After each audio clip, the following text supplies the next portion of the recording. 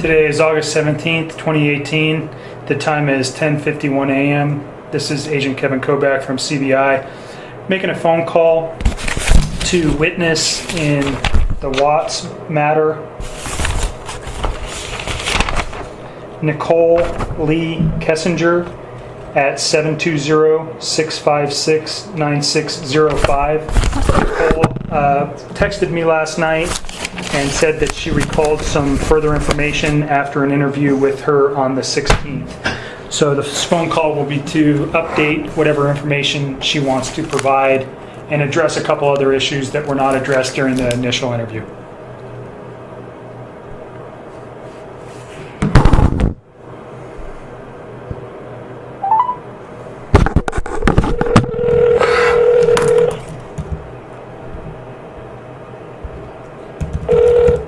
Hello. Hi, Nikki. It's Kevin. Hi. How are you? Sorry for the delay. I got stuck in a meeting. Obviously, couldn't walk out. So I apologize for taking so long to get back to you. It's okay. You at least got a couple hours of sleep last night? Yes. You sound a little bit better than yesterday. I feel a little bit better. Not much, but I feel like sitting down and just talking about all of that with everybody is like, it's helping. Good. Well, I think just keep that up. And again, if you need any, if I can put you in touch with somebody from a victim advocate to whatever I can help you with, just call and ask.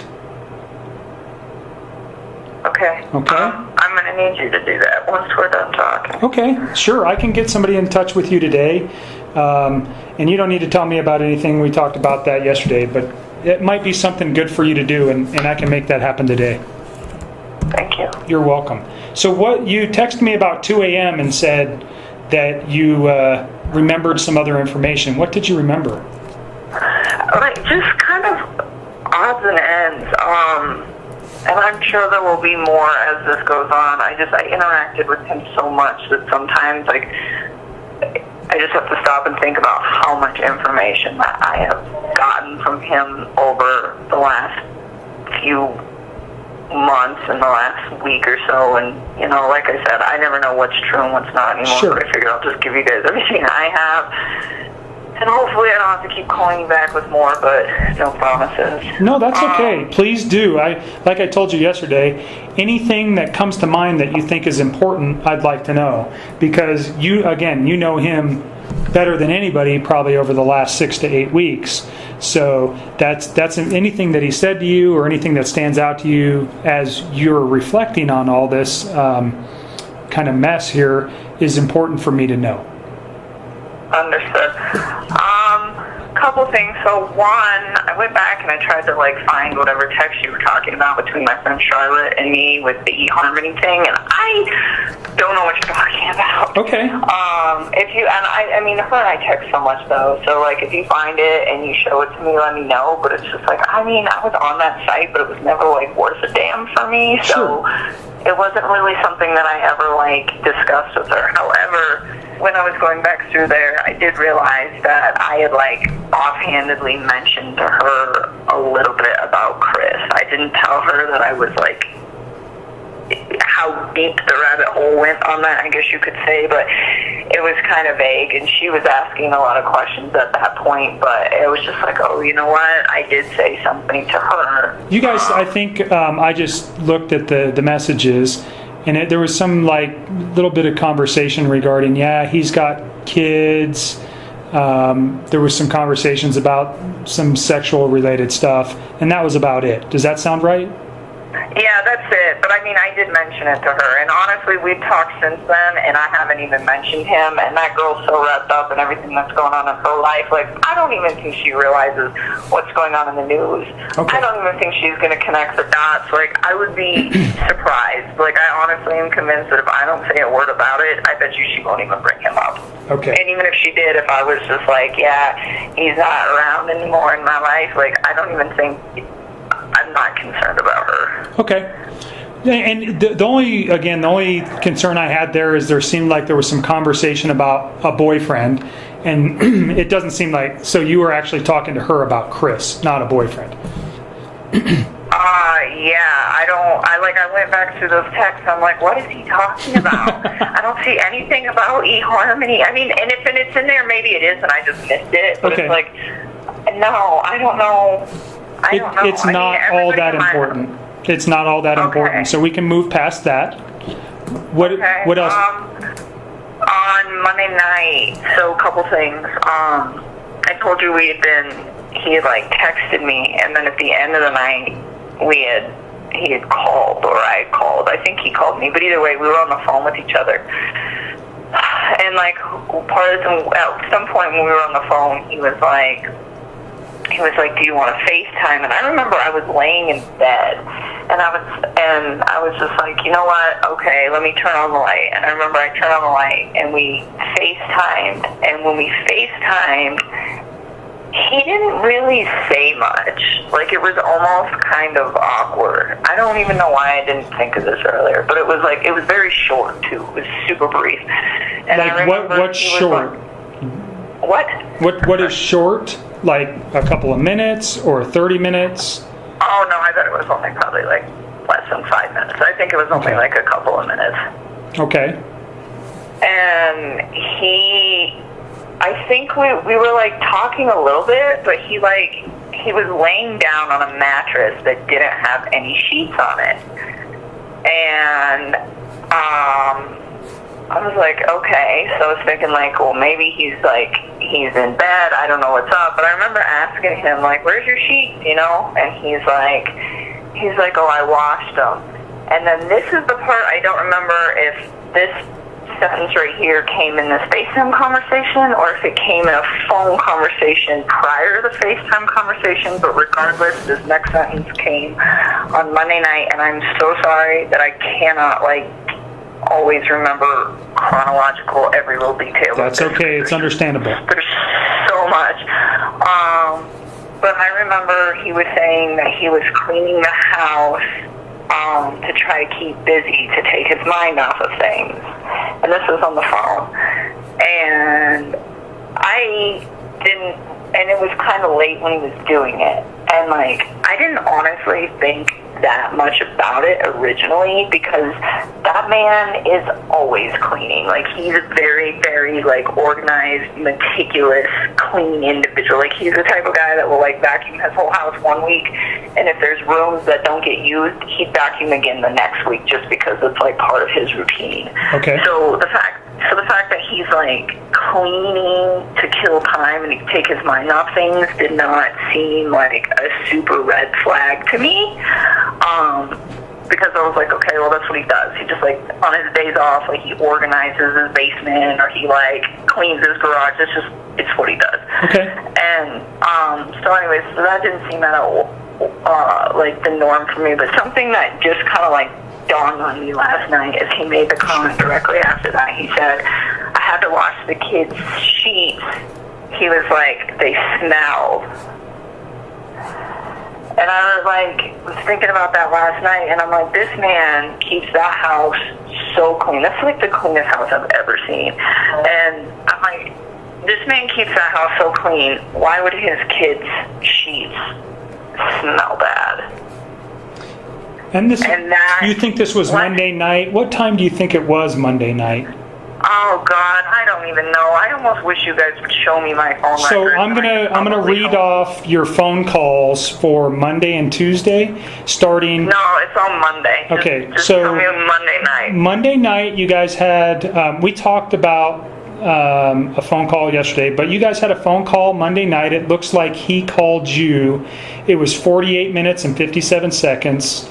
It was at 9:48 p.m. that he called you. So that would take us to about 10:35, and then there's another call on Monday.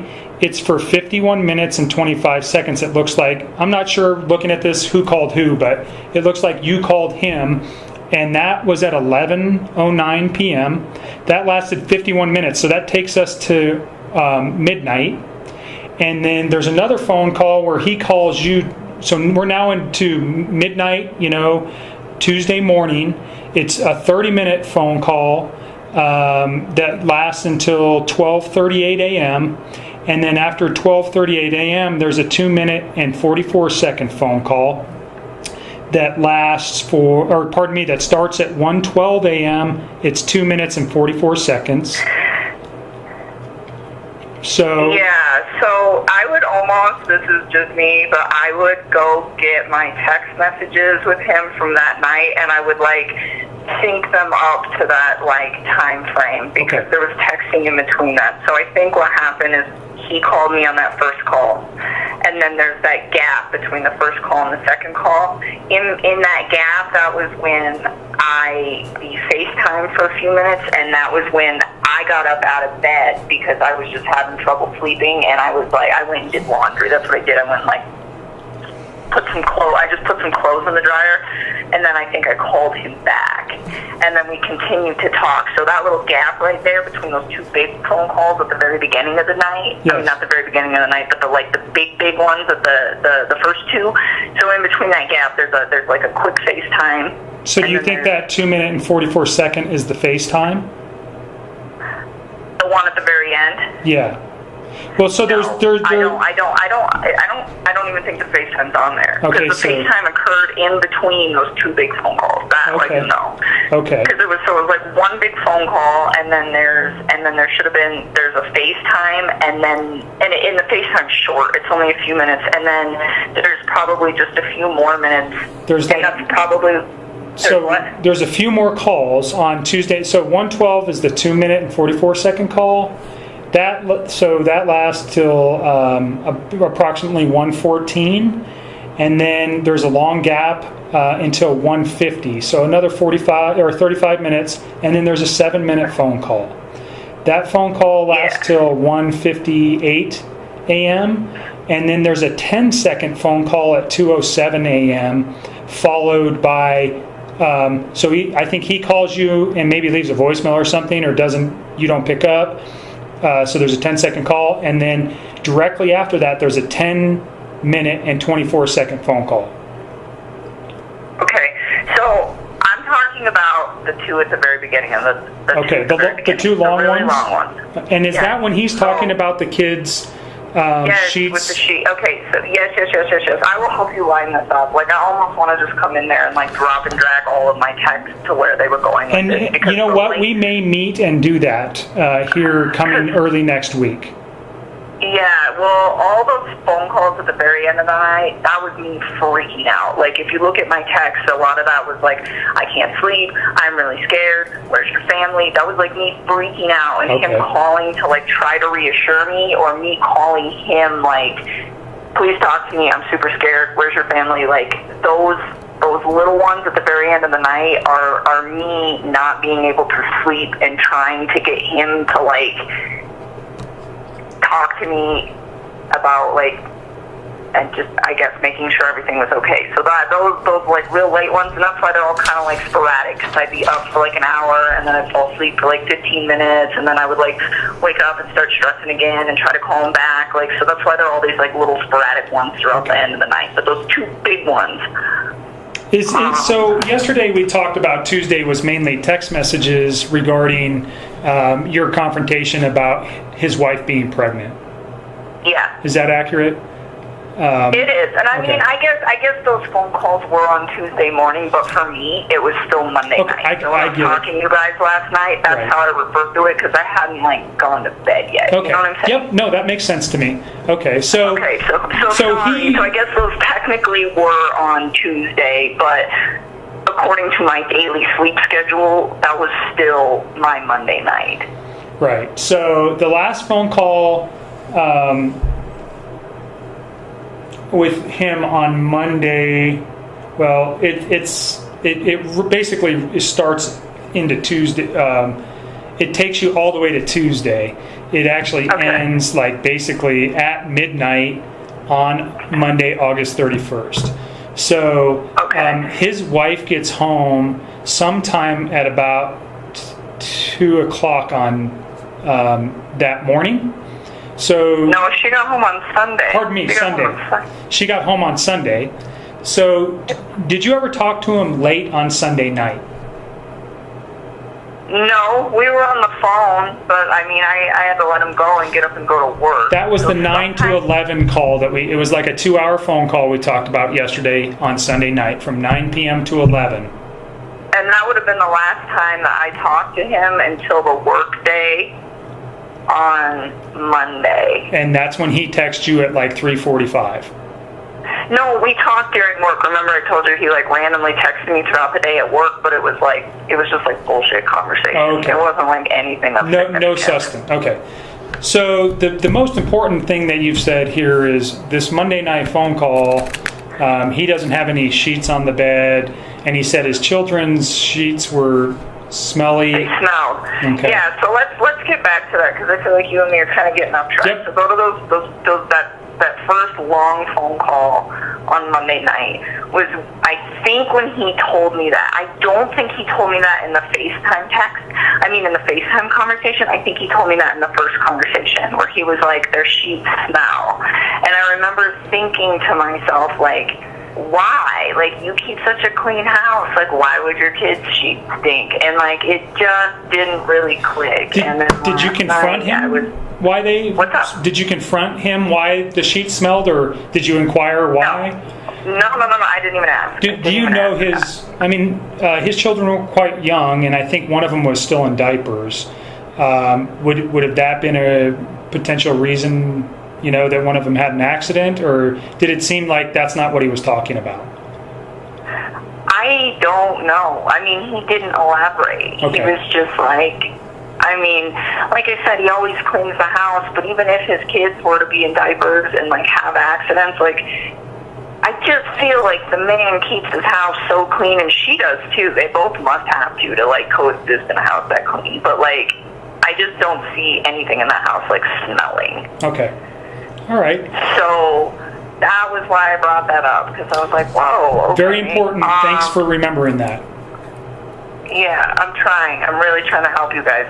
I need you guys to help me too. Like, yes, we'll ma'am. do this as a team, but just don't. So fucking let me down, please. the reason why we can't, like, I did think about this yesterday, that I would like to sit down with you once we have your text messages and the phone calls, and we can put them in a some type of easily looking, that we can sit down and look at them and compare them, and we can kind of get the context of how everything was going that night. I would like to do that with you. Unfortunately, so the download that we got yesterday is going to take multiple days to be analyzed. I probably won't have it back till next week. And then because you guys did have so many text messages, one of my analysts is working on getting those in order, so we can put something together where we can actually sit down and discuss it. But I do think that's something that I want to do in the near future, sometime probably next week. I mean, I can do that. I don't mind giving you guys my time. I just need you guys to, like, help me with my employer and try to just help me brace for this media thing and just try. So I think your personal mental health is the number one issue. So let me help you with that and get a victim advocate to call you. And you can address questions of employment with them. I think they're better suited to answer those questions than I am. So I would ask you to direct questions to them. If they can't answer them, I'll try to help you as best as I can. I think you have a personal decision to make on what you want to do with your employer. I think you're kind of backed into a corner. And you are going to, it's a tough decision. Do you want to inform them of what was going on? But I will tell you that I think that when they started looking at information for us, and I clarified this morning because I didn't do some of the work on this, but there was either text messages or emails between you and Chris that were on company-related phones or on company-related computers that they were privileged to look at, so they already know about you. Okay, so yeah, I don't know if I'm going to keep my job. I hope that they don't fire me for that. I mean, technically, I'm not an APC employee, and he is, and it was his phone and not mine. So, well, like, I don't think that's fire. Like, I don't know labor law. I'll just put it that way.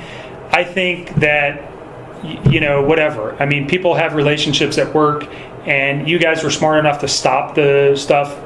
However, you guys did it. Is it an unusual circumstance that two people who got together at their place of employment, this terrible tragedy happened. Yes. Do I think that they are going to do anything to you? I don't think so. I mean, if you read the paper today, you saw they already fired Chris. I mean, as they should, but right. I'm hoping they're not going to fire me. Well, and I think you need to head that up. I think if it was me, and this is just this is not a professional opinion, it's a personal opinion, because I'm trying to help you as much as I can. I would reach out to your employer and just say, I want to come in and talk to you, but maybe talk to your EAP people first, and let me get you in touch with a victim advocate, because again, I think your mental health is more important right now than even your employment. I want you to make sure that you're comfortable and safe in everything that's happening, and then make some professional decisions and in regards to your employment. Okay. So let me do that. And go ahead. No, I have a couple more questions that don't relate to anything that we just talked about. Is there anything else that you remembered last night that you want to address? Yeah, a few. So I'm not done yet. Okay. And then we can talk about that whole thing too, because I was actually going to see if I could email them today. I was going to email my upper boss, and I was actually going to call her and see and just ask her if she can have. She's Anadarko rep. See if she can have a scheduled sit down with my employer Tasman and scheduled sit down with EAP, and I want to get in a room with them all at the same time and just give them kind of a brief synopsis of what's going on and just ask them for help and see what they have to say. Yeah. But I was going to. I think that's a good plan. Say to them and just ask your opinion on it, because I don't want to give them too much. You do not need to tell them anything about the investigation or anything about what we discussed. From my standpoint, the investigative pieces that we've talked about, and specifically things that relate directly to why something may have happened, or time frames or things like that, they don't need to know that. I think. Oh, I wasn't going to tell them that. I was just going to let them know that I was. You were in a relationship with this him. Case, and that that I'm like a witness to this case, and that right now it's pretty quiet, but in a few weeks, given how everything goes, it might become kind of a media frenzy. And I was just going to tell them, I didn't commit any crimes, and I'm not in trouble, but right. I'm working with the prosecutor to try to help to bring some closure to this horrible thing, and then just tell them, I don't think the media is going to portray a very nice picture of me, and it's just an unfortunate circumstance, and I think that your projection of whatever is going to happen with the media can be reserved until that time. I know that's like your biggest fear in this, but right now I wouldn't address anything that hasn't happened. I think I would simply tell them, look, I am involved in this case, I'm a witness, and I, whether or not, I think they already know it, and I'm sure Anadarko is going to talk with whoever your employer is to make them aware of that. And then, hey, I had a relationship with this guy, and that's all they need to know. They don't need to know anything else. And then, I mean, you have to protect your employment and your personal well-being. So think of the best way to do that, and just minimal information. You don't have to tell them very much, but I do think you're on the right track of getting ahead of it. But again, I'm not an attorney, especially a labor attorney, so you have to make decisions for yourself on that. But some of the people here in the victim advocate realm may be able to give you some better advice than I. I was hoping to do that today. Sure, I will make a phone call today and get the ball rolling on this. Yep. Because I would like to either go to work on Monday or figure out what is going on with a fresh week, and try to put my life together, because I think it will help. Yeah, I think getting back to work and not sitting there and dwelling on this at every moment is going to be very beneficial to you. So I will reach out to those people who handled that today. If I had a name, I'd give it to you. I don't. But I'll see who's available. Okay? So what other... I want to reach out to them today. Okay. As soon as we're done here, I'll make that my next priority. Thank you. What other things is there that you thought of last night? So I don't know when this phone conversation happened. I think that this was Monday at some point as well. I think it might have even been the same phone conversation as him washing the sheets and everything. I think it might have been the same conversation. He informed me that her friend Nikki's son was at the house when the cops came, and that he was running all over the house and up and down in all the rooms. And at this point, I was like, well, is anything missing? Because I was thinking on Monday that this girl had just left for the night. So I was like, well, maybe if she's staying with Nikki or somebody, maybe she forgot some stuff. So maybe they're sending, they're like sending him in, like, hey, go get a toothbrush or go get this or go get that. Like, I didn't know. And so he's like, yeah, this little kid was like running all over my house and in all the different rooms in the house. And I was like, well, is anything missing? And he was like, well, I think there's some blankets missing from my kids' rooms, but I don't think he took them. I think she did. Okay. So he said little kid. Do you know how old this man was or boy was? Oh, Nikki's son? I don't know. Okay. I think he's like 10 or 12. Like, I think he's yeah, I don't know. I think he's like 10 or 12. Like, old enough to, like, process information and run around house. So he said he thought that the kid didn't take him, but that maybe Shanann had taken him. Yes. That's weird, okay. So Nikki Sonny's like 10 to 12. And I'm just making some notes, just a sec. Take your time.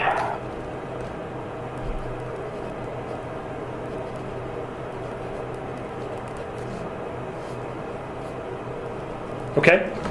What else? Oh, let me see.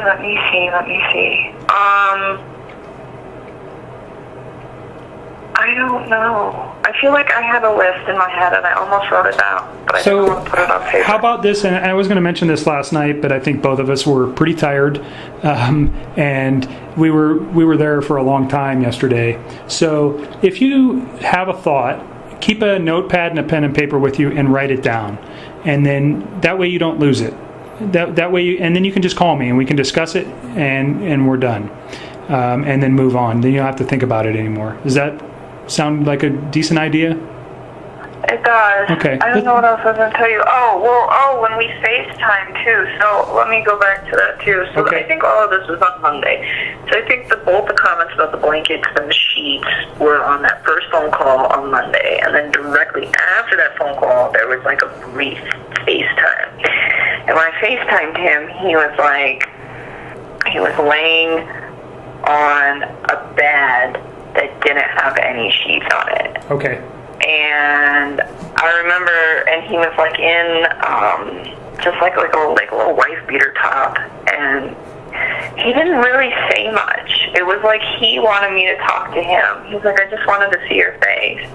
And he like wanted me to talk to him, but he was like kind of quiet. And actually, that was why I got off the phone with him and went and did laundry, and then said I would call him back on the phone, because when we were FaceTiming, it was like kind of weird. I was like, I don't really know where this is going. Like, you're not really having a conversation with me. So he was just removed. He wasn't very engaged in the conversation.